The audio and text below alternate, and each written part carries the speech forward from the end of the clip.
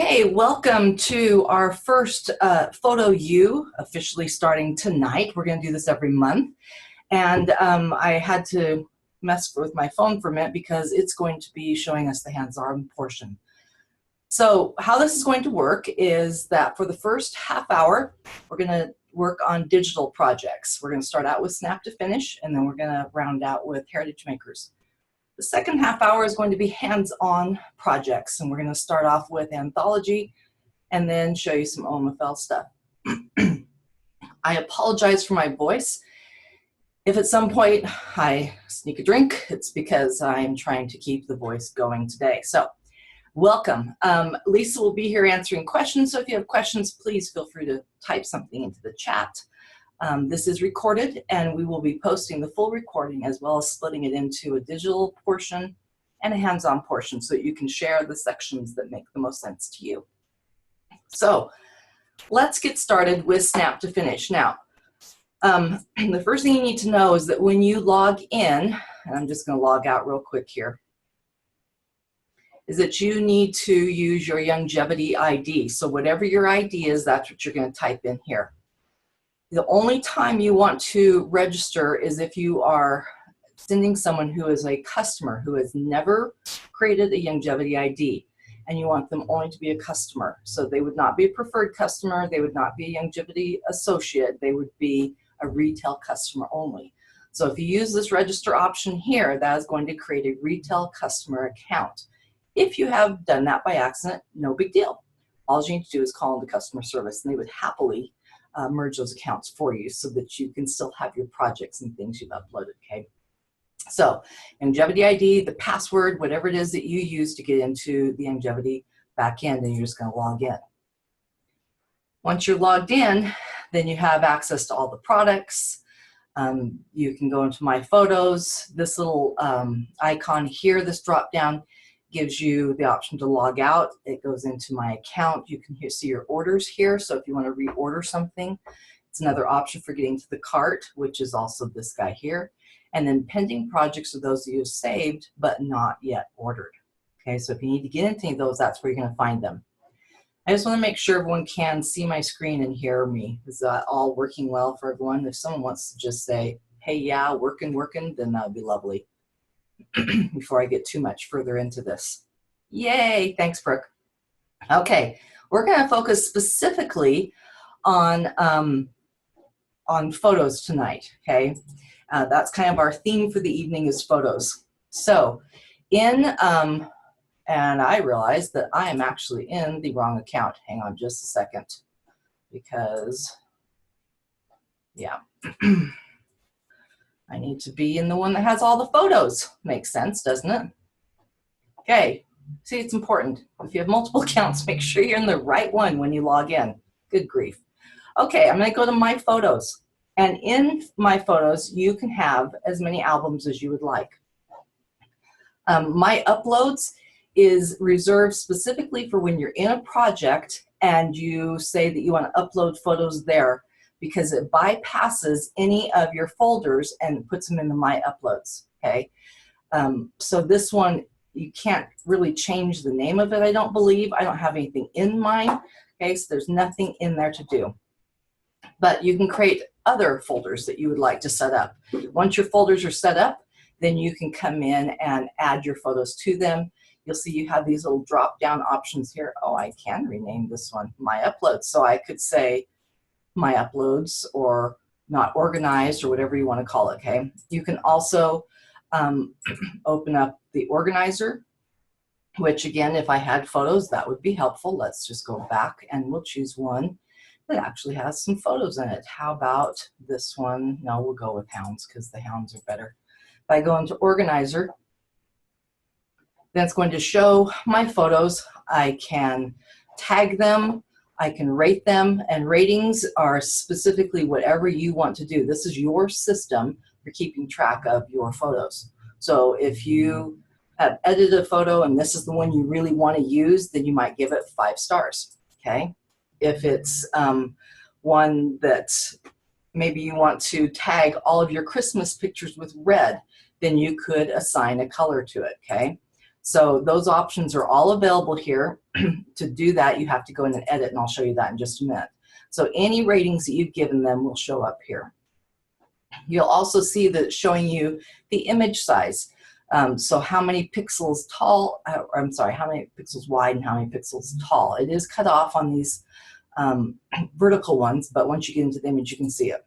You can also download from here, which will take that image and download it to your computer, even with any of the edits you've made on it. And then, of course, you can delete. Okay, I'm going to go back. And I'm going to just upload some photos just so you can see what it's like to actually upload these photos, because I already have mine here in this photo you. I'm just going to create a new one, and we're going to call this test, and I'm going to save it.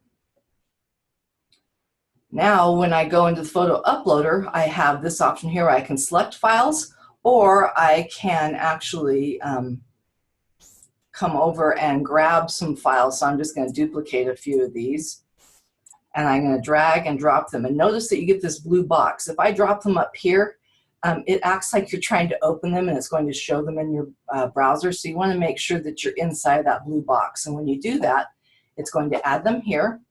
And all it's doing is letting you add them as they come in. If you want to add more, you can, or if you're done, you finish the upload, and now it's going to actually process them into that album.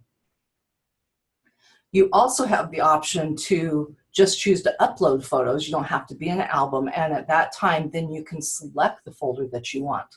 So here's those ones all set up. Now, I can also, like I said, I could go here to upload photos and do the same thing, drag in a few of these ones that I want, drop it inside that blue box. This time, though, it's wanting to know what album do I want to put these in. So I can either specify an album, or you'll see that I have an option to create a new one. Okay, so if I want to put this in my test folder, I finish the upload, and everything processes away. Okay, so organize your folders however you would like. These are your albums, basically, so make sure that you get them in the places you would like to have them. Okay, we'll let these last ones go ahead and finish uploading, and there are my images. Okay, so I'm going to go back to my albums, and let's talk about these photos that I've uploaded for tonight. What we're going to kind of do tonight is we're going to use the same photos across all 4 product lines. Okay, so these same photos Brooke's going to work with. I have used them for Anthology and for the OMFL projects. Okay, so when you're in here, you can look at your images, organize them however you want, but when you're ready to actually edit one, so let's say I'm going to use this one here, Girl with Mini. If I click on that image, it launches me in, and this allows me to modify things within this photo. So I can now put my ratings on it, which is at the bottom. So if I'm going to say, well, this is a 5-star, and maybe I've decided that red is for all of my Disney pictures, then this is now going to be saved when I do that. What I really want to do, though, is this photo's a little bit on the dark side because we took it at night, and so I'm going to actually go in and edit this. I also want to show you here your dimensions and your file size. So you'll see this is not a very large image. Pixel-wise, it's not bad, but 77K is a rather small image. So when I get in to use this in a project, it may not enlarge as much as I would want to. Okay, your files that are megabytes in size are going to be much larger and allow you to make larger projects with them. So keep that in mind. It's not just the dimensions, it's also the pixels. I'm sorry, not the pixels, but the DPI that it's saved at, and the DPI will be reflected in the file size. You're asking about the photos that you just uploaded need to be rotated. Can you do that in Snap2Finish, or do you need to do that before uploading? You can actually do it here, so let me show you in just a minute. If you'll give me a minute, I will actually, no, we'll go back. We'll pull one of those ones that is not rotated while we're thinking about, okay, this little Donald Duck dude right here. So I'm going to go into Edit Photo. I'm actually going to make this just a little bit larger too so that you can see this a little bit better. Okay, you're going to notice I have an option here for rotate. So I'm going to click on it, and it has this little dial guy so I can rotate it whichever way I want. And so I'm just going to, I want to rotate this to 90. And for some reason I having mouse control issues. Okay, 90 degrees. When I'm done, I click on none, done, and it's going to rotate that image for me. And this image will be saved that way. You'll notice that in just a minute, now I'm going to add 2 additional options here, save and copy. Save means it's going to replace this original image. Now, the great thing is that we'll always have the history on it. Copy allows me to maintain the original image and have a copy made of it. I kind of have done the copy thing just because I like to see the comparisons, and in case there's ever a change that I want to make, but I want to save, you know, some of the original things, and I can do that. Okay, so while we're in here, let me point out too, under history, it tells me I just rotated. So I could go back to default, and it's going to put it back to the original rotation, or I can come back here again and click on rotate. So it's kind of like an undo. The difference with history is that each thing I do is going to get applied. So while we're in here, let's just do some basic editing. So we have a list of options here. This is the one-click set. These are the most standard things that you're going to do with some of your photos. Okay. So and if you go further, you notice it just switched me out of the one-click set to exposure. So I'm going to click back and get into my original ones. You also have this guy that's an auto fix. And auto fix is going to go through and say, what overall do I need to fix here? And it's going to do its best on it.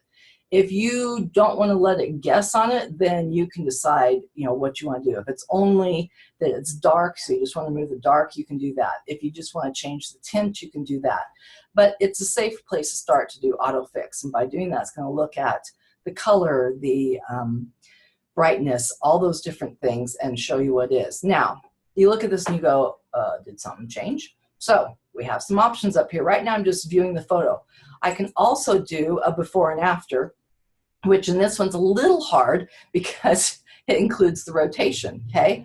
I can also do this little guy, which is also going to be weird because it's going to give me the rotation. So I'm going to show you this one in just a minute, okay? But that shows you basically what happens. So I'm going to save this as a copy, and it's going to take me back out. While it's doing that, I'm going to grab a quick drink.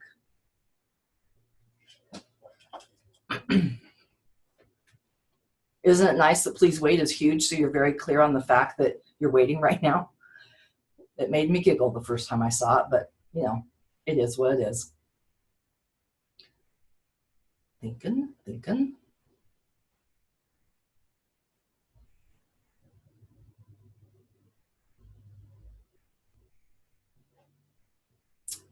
Okay, well, it's really thinking about this change. Yeah, that rotation thing, apparently it takes a lot of work to write that back out again. So it's going to be done here any second now.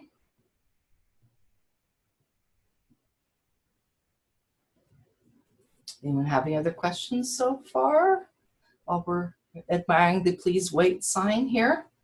Because I do want to show you on this other picture what a difference some of these editing tools can make.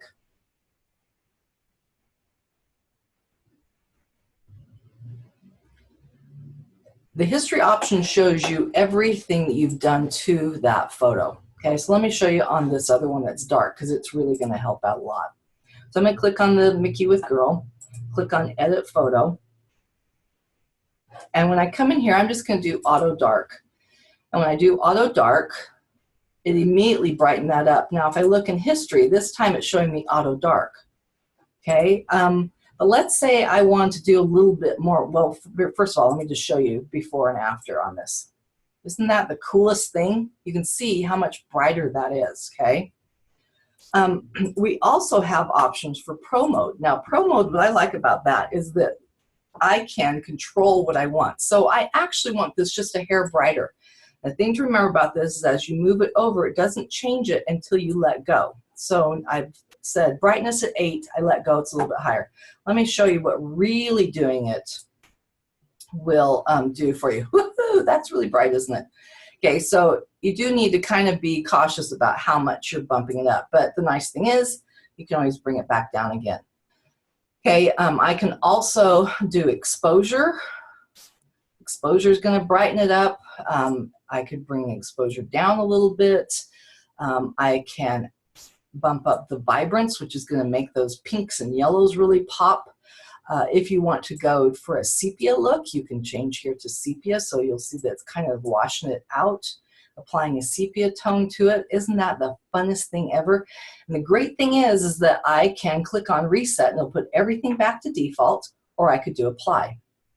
Okay, so this is actually kind of fun. So I'm gonna go ahead and do apply. And as I do that, it's gonna bring me back. And again, let's see the side-by-side comparison. So here we have before, here we have after, which because the coloring is a little bit different. Now if I go to my history, here's all the things I've done. I did auto dark and then I did pro mode and made these changes, okay? You do have the option to undo, which is going to take you back through the things that you've applied. And honestly, I don't know how many of those it does. So we have to work on, I'd have to check on how many undos. In the past, I'll do a lot of undos. We also have down here the zoom option, which will let me zoom in a little bit if I want to see this. I need to get back in the single mode though. If I want to get in closer on this image to see any details, I can zoom in on it. I can zoom back out again.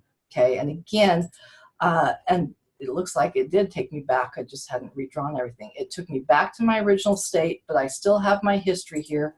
So I can do my auto dark and it puts me back to that. Okay, and again, I'm going to show you pro mode real quick because I did want to bump up that brightness just a hair. I think it was 10 that I liked. And this time we won't do the sepia. I'm just going to hit apply and that will be saved on it.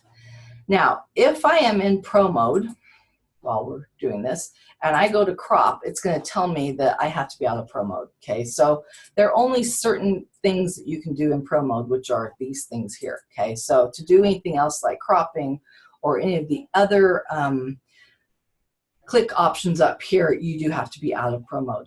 Okay, so I am going to click on copy because I want to save this as a copy and it's going to save it out. It was the rotation that was the problem there. Okay, now I can again come in here and I can rate these guys. So maybe I decide this is really only a 4. I still have the option for delete. You'll notice I have these little arrow guys here that allow me to cycle through all of my photos too. So I don't have to get out. Anything that's in this particular album is going to show up here. Okay, so I can easily go through these.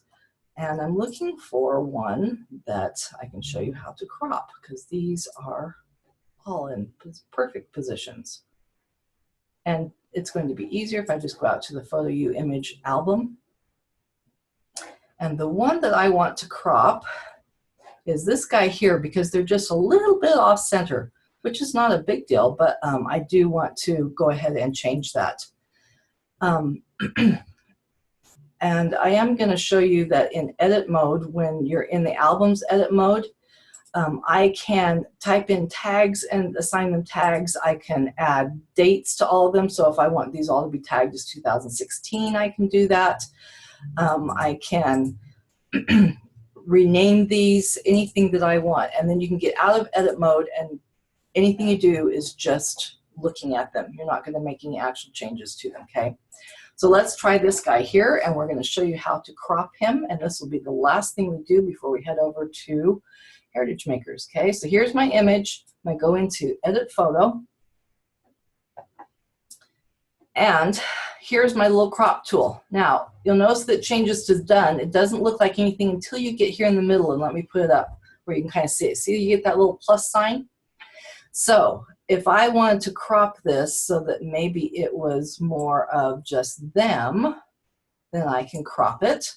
And once I've done that, I actually get little handles on the side. So if I want to size it out differently, I can. If I want to have a little bit more on top and on bottom, I can do that. When I get it to the size that I want, I click on done, and it now saves me. Saves that, not saves me, saves that image. And again, you're going to see that in our history, it's going to show that that's what I did was that crop, okay? Now, we have undo and we have revert. Undo is going to step you back through changes. Revert is going to take you back to your original thing. So keep that in mind as you're working with these. And then again, I'm going to save this as a copy because I want to keep my original one just in case. You can, again, save this over the top of it and you would still have access to those changes. So those are your photo editing tools within Snap2Finish. We are going to now switch over to Miss Brooke. There's my cropped photo, just wanted to show you that, okay? We're gonna switch over to Brooke. I'm gonna stop sharing for a minute, and I'm going to now share. Actually, I'm gonna have her start her video. Brooke, I want to share with you, my dear. And I believe the only way I can do that is if you start your video. There's Miss Brooke. Okay, I'm going to share the screen. I think I figured it out. Yep, you're very quiet, so Let's see. okay, let's see. I know there's a way I can do this. Please hold on.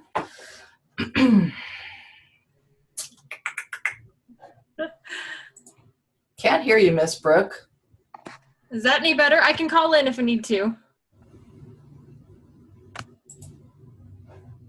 Are we hearing me? I want to stop sharing mine, and I want to share with Brooke. Good grief. Please stand by. I apologize. New system. Yeah. Welcome to the party. Lisa says she can hear me and see my screen. She can? And so does Virginia. So I think we're good. If you guys are seeing my screen and can hear me clearly. Sherry can hear you. I can barely hear you. Oh. Hey, you know what? If I turn my volume up, I can hear you better. That would help. And I have my video turned off, but if you guys really want to see me, you can. I mean, I'm in my basement and it's nothing special. It's not as fancy as Stacy's office. No, as long as you share your screen, that's all that matters. Okay, so everybody should be seeing a quick view inside Studio. Or as long as we're seeing that, okay, we'll get going. I am not seeing it, but okay, Lisa says she can, so go. All right. I'm minimizing you, Stacy, so that I can see what I'm doing. Lovely. Okay. All right, so I'm inside Studio, and I'm just going to show a couple of different photo editing options that you can do inside Studio. It's not nearly of the same caliber as what is in the new Snap2Finish, but you can still tweak photos a bit inside Studio. So we wanted to just give a little bit of an overview of what is possible in here. So I have some photos up here, and I'll pull up some others. And I have another one here that's just a smaller kind of an iPhone Instagram photo, and I'll show you that in a minute. But just because these ones that Stacy gave me to use are very nice and large, and I wanted to give a little bit of a realistic look if you're maybe in Disneyland using your iPhone instead of a fancy camera. So first, down here in the My Photos, and I'm going to go down to where I uploaded my pictures. So a couple of different ways that are kind of handy to know how big your photos are when you're using them in a digital project. And this is true for Heritage Makers or for Snap2Finish, anything like that where you're using a digital file. It's important to know how big the file is so that you know how big you can have it in your project. So if you look, if I hover over one of these pictures, it'll tell me the file size is 2.6 megabytes and the dimensions, oops, come back. The dimensions of these ones are nice and large, 6,000 by 4,000. And it'll tell me when it was uploaded, all of that. Another interesting way to know how big they're comfortable going, you go to the My Projects tab and click the page that you're on. And you can see this picture here. If I click on that, it'll tell me in a 12 by 12 scrap page, which is the project that I'm currently in, this image prints best at 20 inches by 30 inches or smaller. So obviously plenty large for this project, easily. I mean, you could put this picture comfortably on a canvas, and as long as the picture itself is clear, it's going to be gorgeous. To compare, so again, this is my little taken with an iPhone, posted on Instagram, much, much smaller picture. And if I click it, it tells me this image prints best at 4.8 inches or smaller. So 4.8 inches by 4.8 inches. Much, much smaller, but still perfectly good size to use in a project. So very important to know how big your pictures are and how big they're comfortable going. And this is assuming that the picture is clear. Obviously, if your picture is blurry to begin with, it's not going to print clearly no matter how large it is. But if you have a clear picture, it's good to know how large it's comfortable going. So you can see kind of the difference with these two. So this one that's very, very large and obviously comfortable going very large. This border is still green. Even if I keep going, eventually it gets to yellow orange, and maybe we can get to red. Again, very, very large picture. This is a 12 by 12 scrap page. There we go. Finally got to red at about 45 inches tall. So I think decently large enough for any project you're going to try and do. Versus our little iPhone picture that is green up until about 4.5 inches, and then you can go larger, but it'll go into the orange or the red, which we do not recommend at all. Yellow is okay sometimes, but typically you want to keep your pictures with a green border. And that just tells you that it'll print clearly in the project that you're in. Okay, and then I wanted to show a couple of different, again, photo editing kind of tweaks that you can do inside Studio. So if we have our picture selected here, we can go into the Tools and the Effects tab of the toolbox. I'm going to click the Effects tabs and show a couple of things in here. So you can blur a picture, which is really fun to give kind of an effect if you want to make the picture a background. You can add a blur, which is really fun for pictures like this, or even landscape pictures. Just a little bit of a blur, or you can do an effect where you have a blurred image behind the clear image of the same. Just fun effects that you can do. So you can blur a picture. You can give it a transparency. You can go clear all the way down to 0, just as little or as much as you want to go. You can round the corners, which is just kind of an easy way to crop into an oval or a circle, or just give it a little bit of a rounded corner if you prefer that look. So nice and easy tweak. Or you can apply a filter. This is just a quick kind of a mask that you can apply to it. I can turn a picture black and white or into sepia. Just a nice, easy one-touch fix. Or a kind of fun idea. And I remember the first time this was shown to me, and I thought it was kind of clever. So I'm going to put a solid fill color on here. Let's just pick a fun color. And I'm going to show you an idea. So it can be fun to add a little bit of a colored filter to a picture. And you can go through and you can pull this color from any other image or from the color picker, from a paper or an art embellishment inside Studio. But you can give just a bit of a fun fill color over the image, which just gives it a fun effect. Again, also really fun if you are using it as a background image. So I kind of threw this together just for fun to demonstrate. So same thing, if I pick a color and maybe put it about, I don't know, we'll say about a 35% fill. And we can go through and add a fun color to that. This also has a transparency, so I'll probably pull that off. But you can add fun fill colors to a picture just to give it a fun effect.